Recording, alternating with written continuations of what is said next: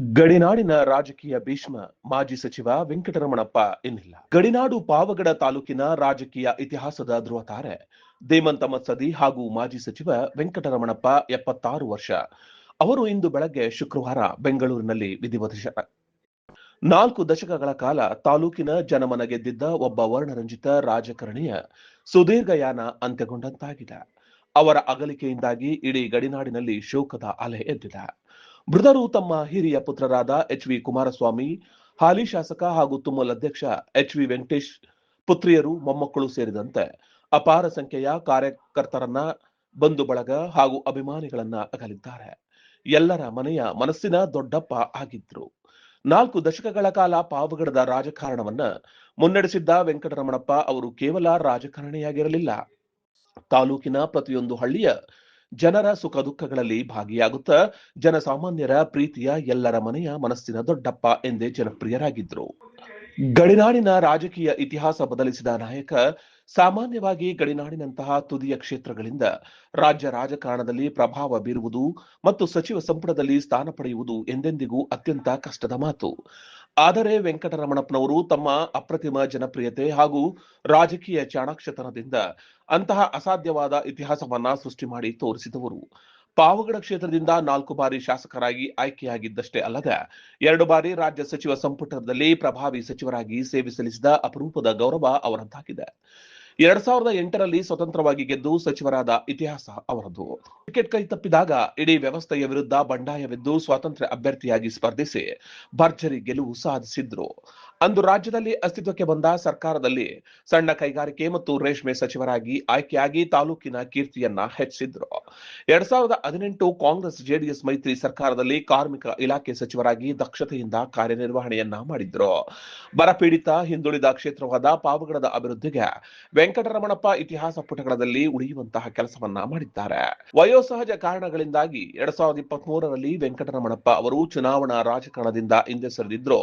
ತಾಲೂಕಿನ ಸಾಮಾಜಿಕ ಹಾಗೂ ರಾಜಕೀಯ ಬೆಳವಣಿಗೆಗಳ ಸದಾ ಮಾರ್ಗದರ್ಶಕರಾಗಿದ್ರು. ಇವರ ಅಗಲಿಕೆಯಿಂದ ಕ್ಷೇತ್ರದ ಕಾಂಗ್ರೆಸ್ ಪಕ್ಷಕ್ಕೆ ಹಾಗೂ ತಾಲೂಕಿನ ಜನತೆಗೆ ತುಂಬಲಾರದ ನಷ್ಟವಾಗಿದೆ. ಮಾಜಿ ಸಚಿವರು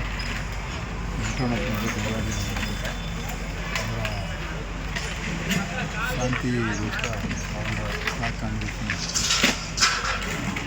ಎಲ್ಲರೂ ಶಾಂತಿ ಸಮುದ್ರದಿಂದ ದಿನ 12:30 ಗಂಟೆಗೆ ಪಾವಗಡ ಗುರುಭವನ ಪಕ್ಕದಲ್ಲಿರುವ ಮಿಡ್ಲ್ ಸ್ಕೂಲ್ ಫೀಲ್ಡ್ ಅಲ್ಲಿ ಅವರ ಪಾರ್ಥಿವ ಶರೀರವನ್ನು ಸಾರ್ವಜನಿಕ ದರ್ಶನವಾಗಿ ಸಿಗ್ತೀವಿ.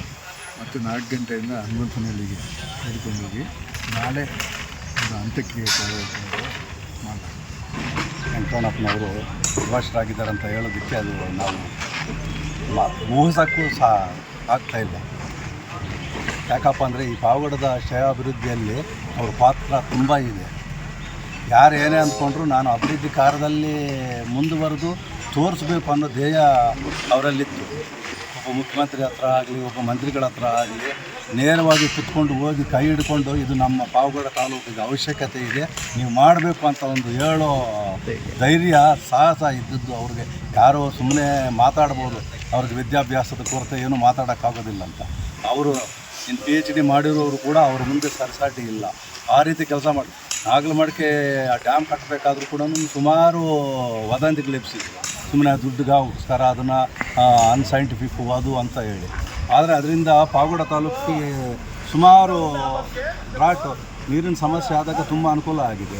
ಮತ್ತು ತುಂಗಭದ್ರಾ ಕುಡಿಯೋ ನೀರಾಗಲಿ, ಒಳ್ಳೆಯದು ನಮ್ಮ ಕೆರೆಗಳಿಗೆ ನೀರು ಹರಿಸೋ ವಿಚಾರದಲ್ಲಾಗಲಿ ಯಾವ ಮೊನ್ನೆ 10 ಕೆರೆ ಬಿಟ್ಟಿದ್ದಾರೆ ಅಂತ ಅಂದರೆ ಸನ್ಮಾನ್ಯ ಶ್ರೀ ಸಿದ್ದರಾಮಯ್ಯ ಅವರ ಹತ್ರ ಹೋಗಿ ಕುತ್ಕೊಂಡು ನಮಗಿದನ್ನು ಮಾಡಿಕೊಡ್ಲೇಬೇಕು, ಅವಶ್ಯಕತೆ ಇದೆ, ನಮ್ಮದು ತುಂಬ ಹಿಂದುಳಿದ ಪ್ರದೇಶ ಅಂತ ಹೇಳಿ ಅದನ್ನು ಸೇರಿಸಿದ್ದೀವಿ ಅಂತ ಹೇಳಿ ನಮಗೆ ಮಾಹಿತಿ ಹೇಳಿದರು ಸನ್ಮಾನ್ಯ ಶ್ರೀ ವೆಂಕಟರಮಣಪ್ಪನವರು.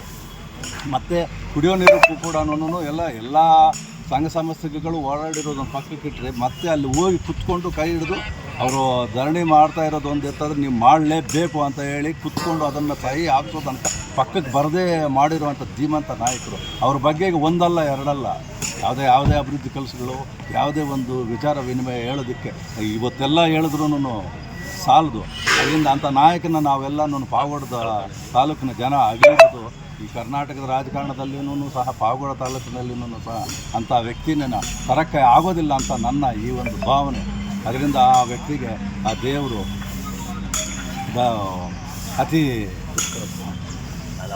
ತೊಂದರೆಯಿಂದನೇ ಕರ್ಕೊಂಡು ಹೋಗಿದ್ದಾರೆ.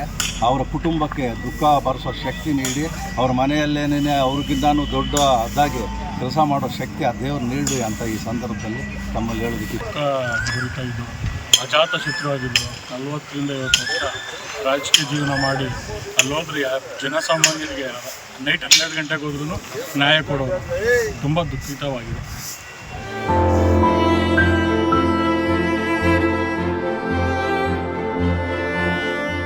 ವೆಂಕಟರಮಣಪ್ಪ ಅವರ ನಿಧನದಿಂದ ಪಾವಗಡ ತಾಲೂಕು ಕೇವಲ ಒಬ್ಬ ಮಾಜಿ ಸಚಿವರನ್ನ ಕಳೆದುಕೊಂಡಿಲ್ಲ, ಬದಲಿಗೆ ಗಡಿನಾಡಿನ ಹಿತರಕ್ಷಣೆಗಾಗಿ ಸದಾ ಮಿಡಿಯುತ್ತಿದ್ದ ಧೀಮಂತ ಶಕ್ತಿಯನ್ನ ಕಳೆದುಕೊಂಡಿದೆ. ತಾಲೂಕಿನ ರಾಜಕೀಯ ಇತಿಹಾಸದಲ್ಲಿ ಪಕ್ಷೇತರರಾಗಿ ಗೆದ್ದು ಇತಿಹಾಸ ಸೃಷ್ಟಿಸಿದ ಅವರ ಧೈರ್ಯ, ಕೊನೆವರೆಗೂ ಕಾಯ್ದುಕೊಂಡ ಸರಳತೆ ಮತ್ತು ಜನಸ್ನೇಹಿ ನಡವಳಿಕೆ ಮುಂದಿನ ಪೀಳಿಗೆಯ ರಾಜಕಾರಣಿಗಳಿಗೆ ಸದಾ ಆದರ್ಶಪ್ರಾಯವಾಗಿದೆ.